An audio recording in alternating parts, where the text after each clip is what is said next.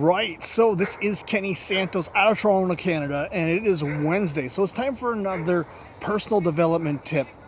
This one's a good one. Do you want to know the very best way of building confidence and building leadership? Sorry about the barking dog over there. It's a public park, can't do anything about it. But if you want to learn the very best way of building confidence and building leadership, then stay tuned. But before I get into the content, what I invite you to do is this. I invite you to do something super simple. I invite you to like, subscribe, share, and comment. It is a super easy way, and it's a simple way for you to support my blog, my channel, and everything else for free. So go ahead and just click like, subscribe, share, and comment. But what is the very best way of building confidence and leadership? And when I say what it is, some of you that know and have experienced it, they're going to agree. But if you haven't experienced this before, you're going to wonder, and it might become as a surprise to you, and that is to join Toastmasters International. And a lot of people think, well, Toastmasters, what does that have to do with confidence and leadership? I thought it was a public speaking development platform. I thought it taught you how to do public speaking.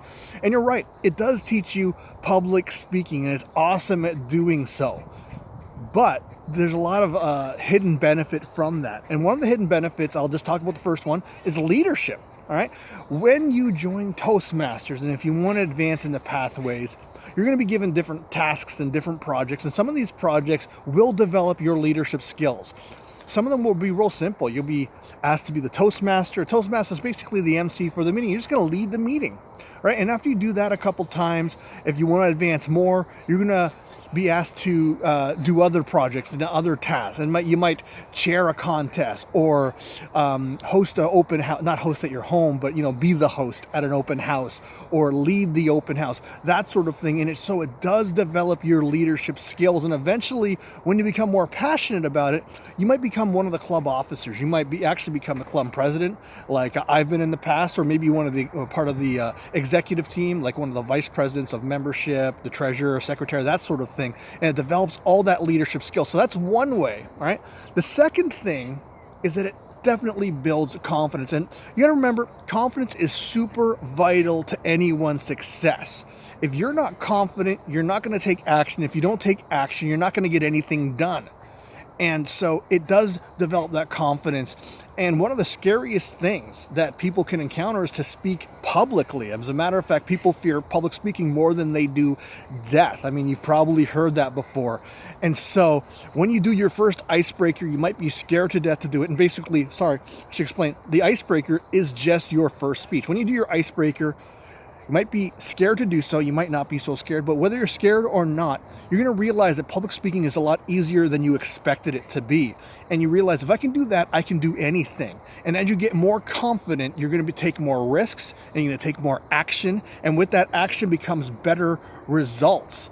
And I really think, when I look at Toastmasters and I think about some people that when they first got started, they were just timid, very little leadership, very little confidence, and they got a couple speeches under their belt. 1, 2, 3 speeches. They led a meeting a couple times, and they developed this confidence and developed this leadership. And it's just like magic how someone can come out of their shell. One example that I could think of is this, she's a girl, she left our club. And here's the reason why she left our club. She joined and she was actually a doctor, and she couldn't get her internship.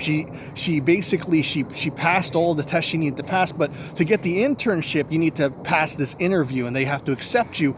And a lot of people, when she was getting feedback, I can't remember who she was getting feedback for, she said, you know what, she needs to develop her speaking skills more. She ended up joining Toastmasters, and when she joined, her name is Shaheen, when she joined, my goodness, you know what, she admitted, oh, she's nerdy, that was the word she used, by the way, not my word, all right? She said, oh, I'm too nerdy, I'm too introverted. But by the time she got her 10 speeches under her belt, my goodness, she's such a dynamic leader, a dynamic speaker, and so much more confident that she did end up getting her internship.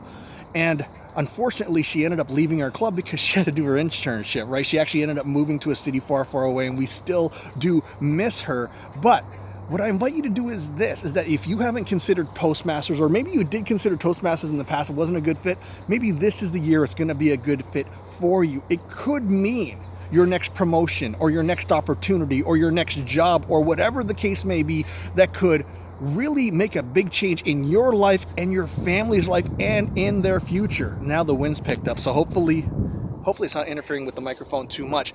But if you want to check out Toastmasters International is a worldwide organization. There's probably a club in your area. Go to Toastmasters.org and look for a club in your area. And you know, they have clubs evening, nighttime, they have daytime clubs. If you're interested, if you're in the Toronto area, if you're interested in a daytime club, my club, it's called Operations Orators. I'll leave a link in the description of this video. You can join my club and consider that, but look around because it could mean the next change in your life, and that change could be for the better. So I trust you got some great value out of this.